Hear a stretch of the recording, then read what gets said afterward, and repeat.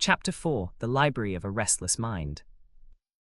Imagine the Lyceum in the late afternoon, when the worst heat has gone out of the stones, and the dust has settled in the colonnades. A teacher walks with his students. Someone carries a roll of notes. Someone else has been sent to look at a fish, a constitution, a courtroom speech, a play. The master at the center of this movement is not trying to sound mysterious. He is trying to get the world to answer. That is the feeling that runs through Aristotle's surviving works. They do not come down to us as polished books in the modern sense. Much of what we have looks like lecture material, working notes, compressed arguments, later arrangements of school texts, sometimes abrupt, sometimes repetitive, sometimes dazzlingly clear, and sometimes almost forbiddingly dense. The elegant public writings that ancient readers praised are mostly lost.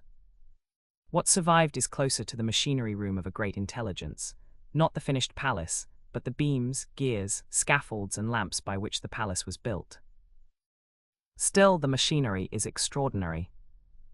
Across the works we call the metaphysics, the physics on the soul, the Nicomachean ethics, the politics, the rhetoric, and the poetics, Aristotle seems to be asking one question again and again in different keys. What is this thing? What makes it what it is? What changes it, and what is it for? He had been Plato's student, and the inheritance mattered. Plato had taught philosophers to distrust the ordinary surface of things. Behind the many beautiful objects, Plato looked for beauty itself. Behind changing opinions, he looked for stable forms. Aristotle never simply threw that away. He kept the hunger for explanation, the belief that reality is intelligible, the conviction that philosophy should not merely collect facts but ask what makes them true. Yet he turned the gaze downward and outward. Do not leave the cave too quickly, he seems to say. Look at the horse, the city, the embryo, the angry citizen, the tragic hero, the hand that reaches for a cup. The form of a thing is not in another world, shining apart. It is here making this living body live, this house stand, this action count as brave or rash. The metaphysics is the place where this question becomes most severe. The title itself is misleadingly grand.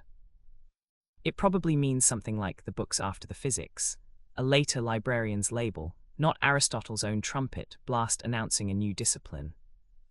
Yet the work does reach for the deepest questions, being as being, substance, cause, actuality, possibility, the divine source of order. It asks what it means for anything to be real at all. Aristotle does not begin by floating away into mist. He begins with the ordinary fact that we want to know. Human beings, he says, desire knowledge by nature. We delight in seeing. We move from memory to experience, from experience to craft, from craft to science. A person who merely knows that a remedy worked may be useful. The person who knows why it worked has a deeper grasp. Philosophy begins when usefulness is no longer enough, when the mind wants the reason. The central character in the metaphysics is substance, a thing that is not merely a feature of something else, but a primary being in its own right. A color exists as the color of a surface. A posture exists as the posture of a body. But a horse, a person, a tree, a bronze statue, these can stand as subjects of many qualities. Aristotle then asks what makes a substance the substance it is. Is it the matter, the bronze or flesh? Is it the form, the structure and nature by which the matter becomes this statue or this animal? His answer is neither a simple materialism nor a ghostly idealism. A living thing is matter formed into a particular kind of life. A statue is bronze shaped into a meaningful figure. A human being is not a soul trapped in a body, but a living body organized by a soul. This is where his famous four causes enter. The word cause can mislead us, because we often mean only the trigger that made something happen. Aristotle means a fuller explanation. To understand a clay cup, you ask what it is made of, clay the material cause. You ask what shape or structure makes it a cup rather than a lump, the formal cause. You ask what brought it about, the potter's hands the efficient cause. And you ask what it is for: drinking, offering, storing, the final cause. A modern scientist may grow uneasy at that last cause when it is applied too widely to nature, but for Aristotle it was indispensable. A seed is intelligible because it is on its way to becoming the mature plant it can become. An eye is intelligible because seeing belongs to what it is. At the summit of this ordered world stands the unmoved mover, one of Aristotle's strangest and most influential ideas. If motion and change fill the cosmos, Aristotle asks what ultimately accounts for them. He does not imagine a craftsman god pushing planets around like beads. The highest divine reality moves as an object of desire, or thought moves the lover and the thinker. It is pure actuality without unrealized potential, eternally complete. Later religious philosophers would seize on this idea and make it part of vast theological systems. Aristotle's own God is cooler, more remote, thinking itself. It is not the God of Abraham, not a creator in the biblical sense, but a philosophical principle of perfect actuality and order. The physics brings the inquiry back to the changing world. Here Aristotle asks what nature is. Not nature as a scenic background, not nature as everything outdoors, but nature as an internal source of motion and rest. A bed made of wood has its shape from the carpenter. If you planted it, Aristotle says, you would not grow beds. But an acorn has within itself the principle by which it becomes an oak. Natural things are not merely moved from outside. They have tendencies, powers, directions. This way of thinking made Aristotle a great organizer of ancient natural philosophy, and also later, a target. His physics of motion, place, the heavens, and the elements would be overturned by modern science. Heavy bodies do not seek the center of the cosmos in the way he thought. The heavens are not made of a perfect fifth element, circling eternally above the corruptible earth. Yet the deeper habit in the physics is not simply obsolete. Aristotle is trying to make change intelligible without reducing it to chaos. He gives us the language of potentiality and actuality, the child potentially literate, the student actually reading, the marble potentially a statue, actually still a block, the seed potentially a tree, actually a seed. Change is not magic. It is the realization of a capacity under the right conditions. On the Soul, or De Anima, asks what life is from inside the living body.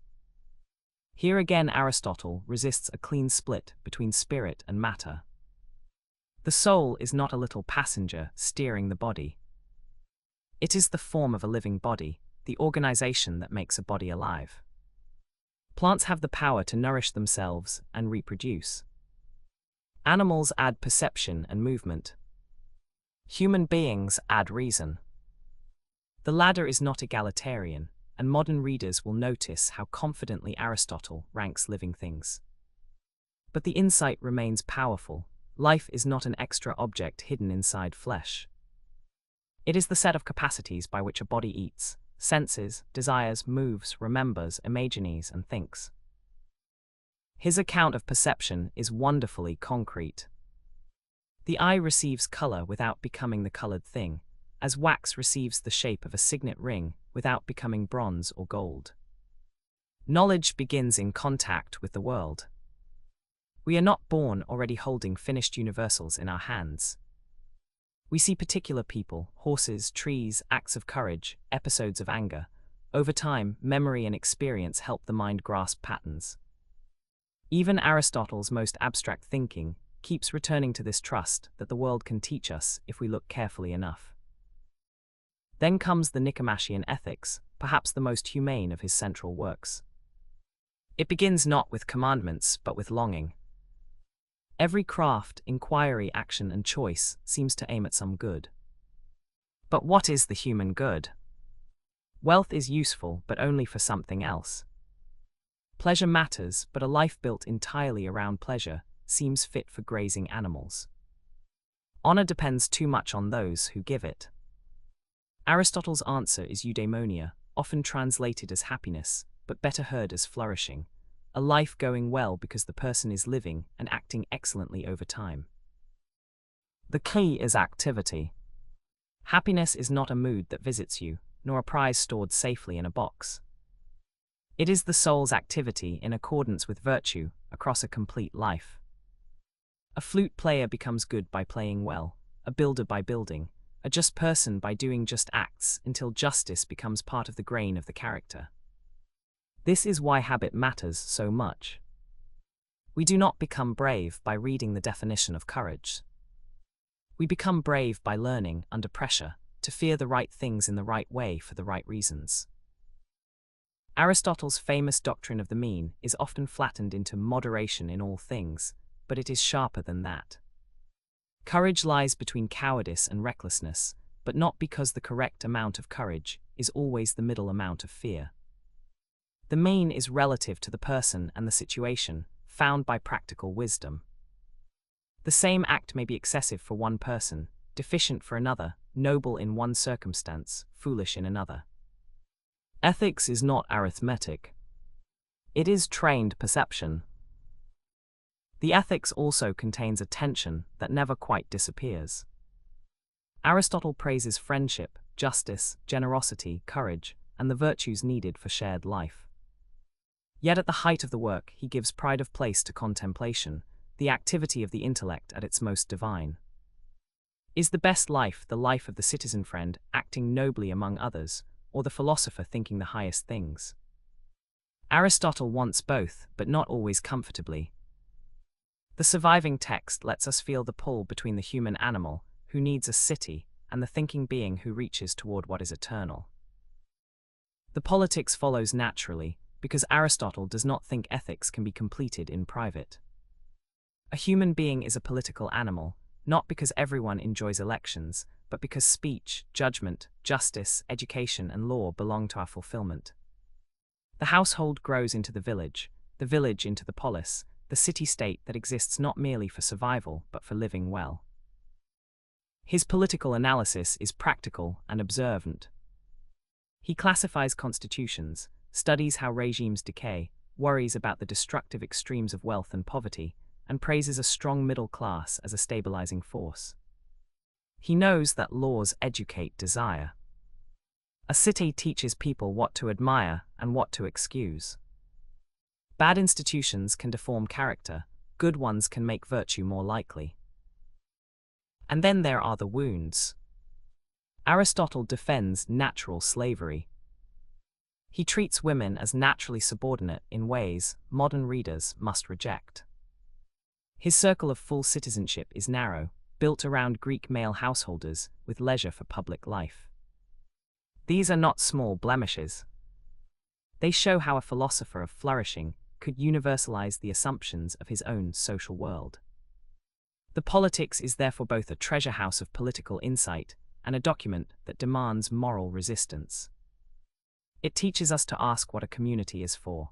It also shows how easily a theory of purpose can be used to rank human beings unjustly. The rhetoric brings Aristotle into the courtroom and assembly. Plato had often treated rhetoric with suspicion, as a knack for flattering crowds. Aristotle is more forgiving and more realistic. People live together by arguing, accusing, defending, praising, advising.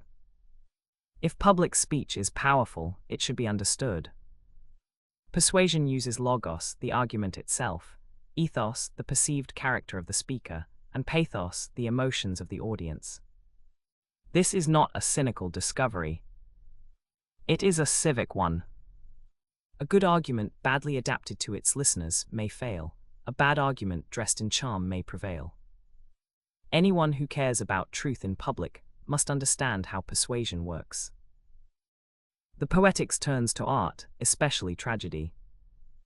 Aristotle sees imitation, mimesis, not as childish copying, but as one of the ways human beings learn. A good tragedy does not merely show sad events. It shapes action into a whole with beginning, middle, and end. Plot matters most because tragedy is an imitation of action. Reversal and recognition bring a human life into sudden clarity. Pity and fear rise in us, and through catharsis, whatever precise meaning we give that famous, debated word, those emotions are ordered by the experience of the play. It is easy to underestimate the Poetics because it is short and partial. Yet it changed the way generations thought about stories. Aristotle noticed that art can reveal universals through particulars. History tells us what Alcibiades did. Poetry can show what a person of a certain kind might do under pressure. A made-up action can be philosophically serious because it clarifies choice, consequence, error, and recognition. Taken together, these works are not a tidy system in the way later textbooks sometimes pretend. They are a living field of inquiry. The same patterns return: matter and form, potentiality and actuality, habit and fulfillment, part and whole, means and end. Aristotle wants to know not just what things are made of, but what kind of completion they seek. He wants explanations that fit stones and stars, animals and arguments, citizens and plays. We should read him with gratitude and caution. Gratitude because few minds have ever tried so patiently to honor the many shapes of reality. Caution because his confidence in natural purposes sometimes hardened into false hierarchies, and because his surviving works carry the roughness of school materials rather than the smooth voice of final publication. But perhaps that roughness is part of their power. We meet Aristotle not as a marble bust delivering finished doctrine, but as a teacher still walking, still sorting, still asking of every creature, every city, every sentence, "What are you, why are you this way, and what would it mean for you to flourish?"